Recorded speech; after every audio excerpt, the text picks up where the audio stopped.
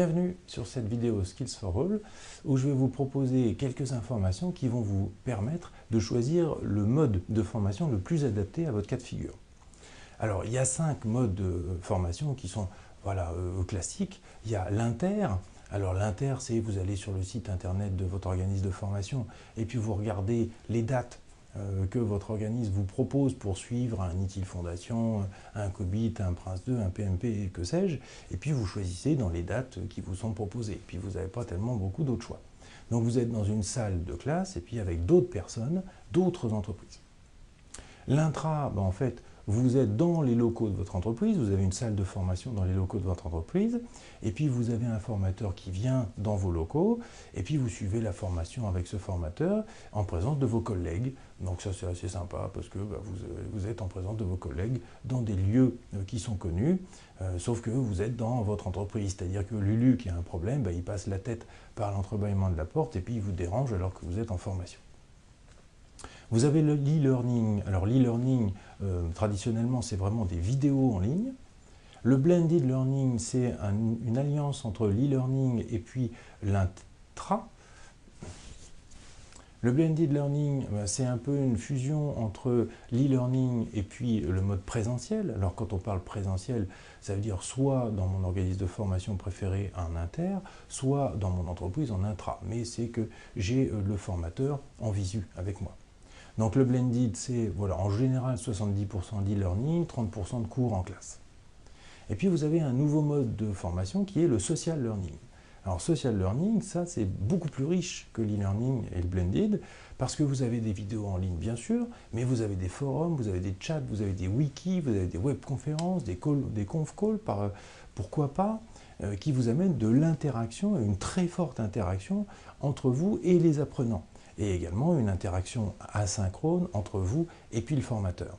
Le social learning, c'est un petit peu le meilleur de tous ces mondes-là, et c'est ce qu'on veut regarder rapidement ensemble sur cette petite grille, sur cette petite matrice.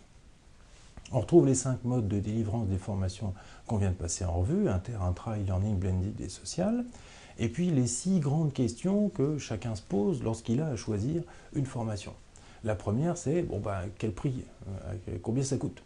Est-ce que je peux avoir un prix très bas avec ce mode de formation? La deuxième, c'est est-ce que je peux voir la qualité de la formation avant de l'acheter? La troisième, c'est est-ce que je peux savoir ce que les autres en ont pensé? Est-ce que d'autres stagiaires peuvent me dire ce qu'ils ont pensé de cette formation? Je veux pouvoir me former où je veux, quand je veux. Ça, c'est une demande de plus en plus forte des personnes. Je veux pouvoir interagir avec les autres stagiaires et puis je veux pouvoir interagir avec mon formateur. Ça, c'est les 6 grandes questions qu'en général on se pose lorsqu'on veut choisir un mode de formation. Alors la matrice, elle dit quoi?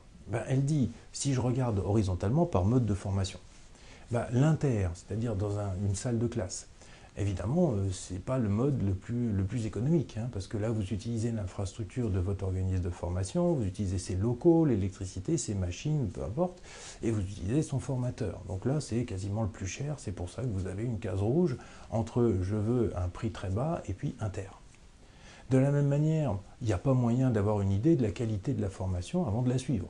Parce que vous ne savez pas quel va être votre formateur, vous ne savez pas où vous allez être, et puis vous ne savez pas avec quels autres stagiaires vous allez vous trouver.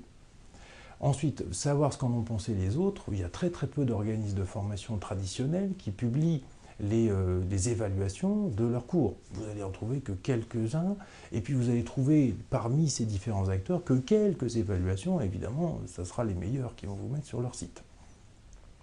Je veux pouvoir me former où je veux, quand je veux. Alors ça, on oublie en inter et en intra, parce que là, ça correspond à ce que propose l'organisme de formation ou à au fait que votre salle de formation en intra, elle soit libre dans votre entreprise. Par contre, l'inter et l'intra, c'est 2 modes particulièrement intéressants lorsque vous voulez interagir avec d'autres stagiaires ou lorsque vous voulez interagir avec votre formateur. Il n'y a quand même rien de tel que d'avoir le formateur dans la salle qui répond à vos questions. Sauf que le formateur, il peut être bon ou il peut ne pas être bon.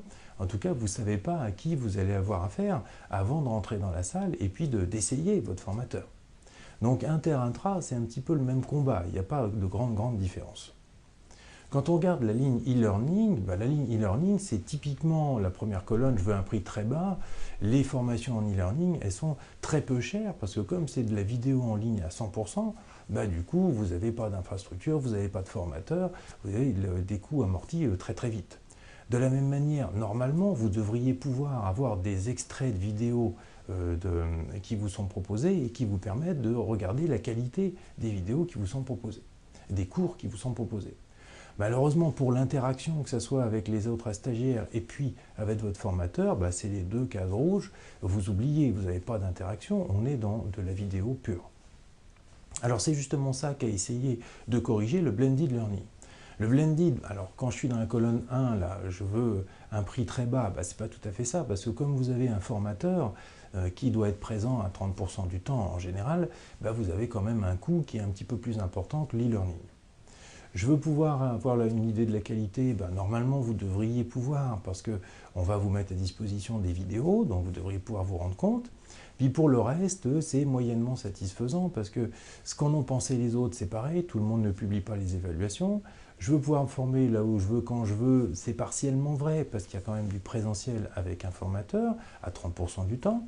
Puis je veux interagir avec les autres stagiaires, c'est pas forcément évident parce que la plateforme de Blended, elle n'est pas faite pour l'interaction, elle est faite pour l'e-learning et une partie de présentiel. Au final, le social, c'est pas la panacée, c'est pas la solution parfaite, mais c'est un petit peu le meilleur de ces différents mondes. Parce que c'est un prix très bas, tout simplement parce qu'on est sur de la vidéo et qu'on est sur de l'asynchrone en termes d'interaction. Donc ça ne nécessite pas que le formateur il soit disponible à tout moment et sous la forme d'une conférence ou d'une visioconférence. Il peut être déconnecté, il peut répondre à vos questions un tout petit peu plus tard. L'idée principale, c'est que vous visionniez des vidéos et que vous interagissiez le plus possible avec les autres apprenants. D'où la présence de forums, de wikis, de chats qui vous permettent d'interagir à tout moment avec les autres apprenants. De la même manière, vous avez à votre disposition des exemples de vidéos qui vous permettent de vous faire une idée de la qualité des vidéos.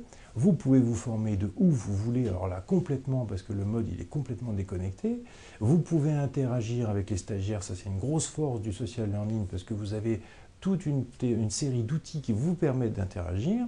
Et puis vous pouvez interagir un petit peu avec le formateur, moins qu'en présentiel, parce qu'évidemment il n'est pas dans la salle avec vous, mais plus que l'e-learning, parce qu'il n'y a pas d'interaction du tout avec l'e-learning. Donc le social learning, c'est un petit peu le meilleur de tous les mondes. C'est un nouveau moyen de dispenser des formations. Je vous encourage à aller voir la plateforme skillsforall.com, dont vous avez l'adresse dans la diapositive. C'est le site sur lequel je publie la plupart, toutes les vidéos C'est un site de social learning sur lequel je publie des vidéos d'ITIL, de COBIT, de Prince 2, de PMP, de Lean Six Sigma. Et vous pouvez vérifier de la qualité des cours, parce que je vous ai mis un certain nombre d'extraits, et vous pouvez avoir également les avis des différentes personnes qui ont suivi ces cours-là.